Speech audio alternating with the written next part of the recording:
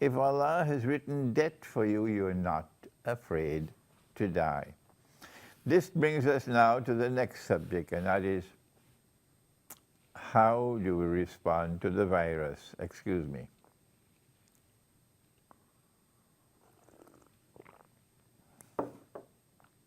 How do we respond to the virus that is around the world today? My first response is to recognize the virus by its footprints. That's how I think, by the footprints. If I was waiting for the evidence that the Israeli Mossad and the CIA were the ones responsible for 9/11, if I ever had that evidence, they'll kill me. Oh yes, they'll kill me. So I have to judge on the basis of footprints. And mashallah, there are other scholars and thinkers around the world who are doing the same thing, and we have profound admiration for their insight. If the schoolboys refuse to see and remain in the Jamaat of the deaf, dumb, and blind, leave them.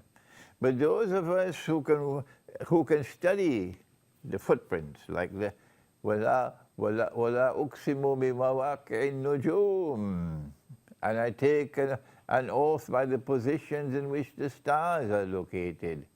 Allah speaks in Surah Al-Waqi'ah. So you have to recognize how to connect the dots, how to connect the stars, how to connect the footprints. I have recognized that this is a manufactured virus, yes. And as a consequence of my recognition that this is a manufactured virus, I know that there must be a master plan attached to it.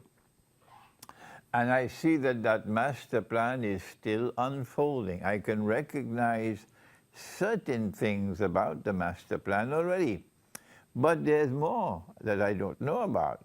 So I'm going to remain silent, and I'm going to keep to myself what I already understand.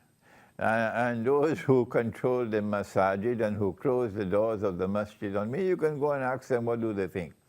But we will in the future, as the plan unfolds, we'll be able to offer our analysis in a more mature way. But in the meantime, what do we do? How do we advise our people? Because we are the people of Islamic eschatology, which is not taught in the Darul Uloom. I don't know what response is coming from the Darul Uloom. How do you advise our people? But here is our advice. The first thing, the very first step in responding to this virus is number one,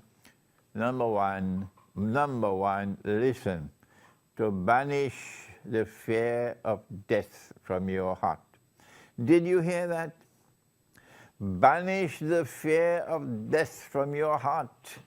Then you'll be able to think with clarity. But when the heart is gripped with the fear of death, you can't think properly and you can't act properly, and if you die like a jahil. Ignorance.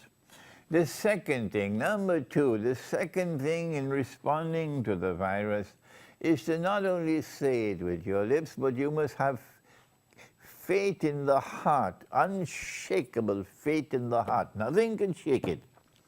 That life and death are in Allah's hands. He gives life. The government cannot give life. He gives life. Washington cannot give life. He gives life and He takes life. And blessed is the Lord God. Blessed is Allah. So if Allah has given, Allah it is who gives life, and Allah it is who takes life. So if the time comes for us to go, we submit. And we say, Inna lillahi wa inna ilayhi raji'un. To you we belong, and to you we return. That's it. Number three. Our Prophet said, Allah's blessings be upon him. Look at the wisdom of this words. He says, put your trust in Allah, but tie your camel. Did you ever hear that? He said, put your trust in Allah, but tie your camel. And so yes, we banish the fear of death from the heart. We have total faith that life and death are in Allah's hands, but that does not mean that you can act carelessly. No, no, no. You have to act with reasonable precaution. Reasonable precaution, because Allah says in Surah Al-Kahf, وَلْيَتَلَطَّفْ وَلَا يُشْعِرَنَّ بِكُمْ أَحَدًا. You must be cautious and don't expose yourself. And so there must be reasonable precaution, not excessive precaution. You lock yourself in your house, close all the doors and windows, you put on gloves, you put on face mask and so on, and you go in a corner of the room. No, no, no, no, no, no. When there is suffering all around you, what does Gautama Buddha do? The great Gautama Buddha. He says everything is suffering. There's suffering all over. And the people who live the religious way of life, they recognize the rights of others before their own rights. So if your neighbor is suffering, he's ill, he doesn't have food, are you going to remain in your house locked up? No, not at all. No. You put your trust in Allah and you tie your camel. But you must also be willing to go and help those in need. So there is no need for panic. There is no need to be acting in an unreasonable way. Go and help those who are in need.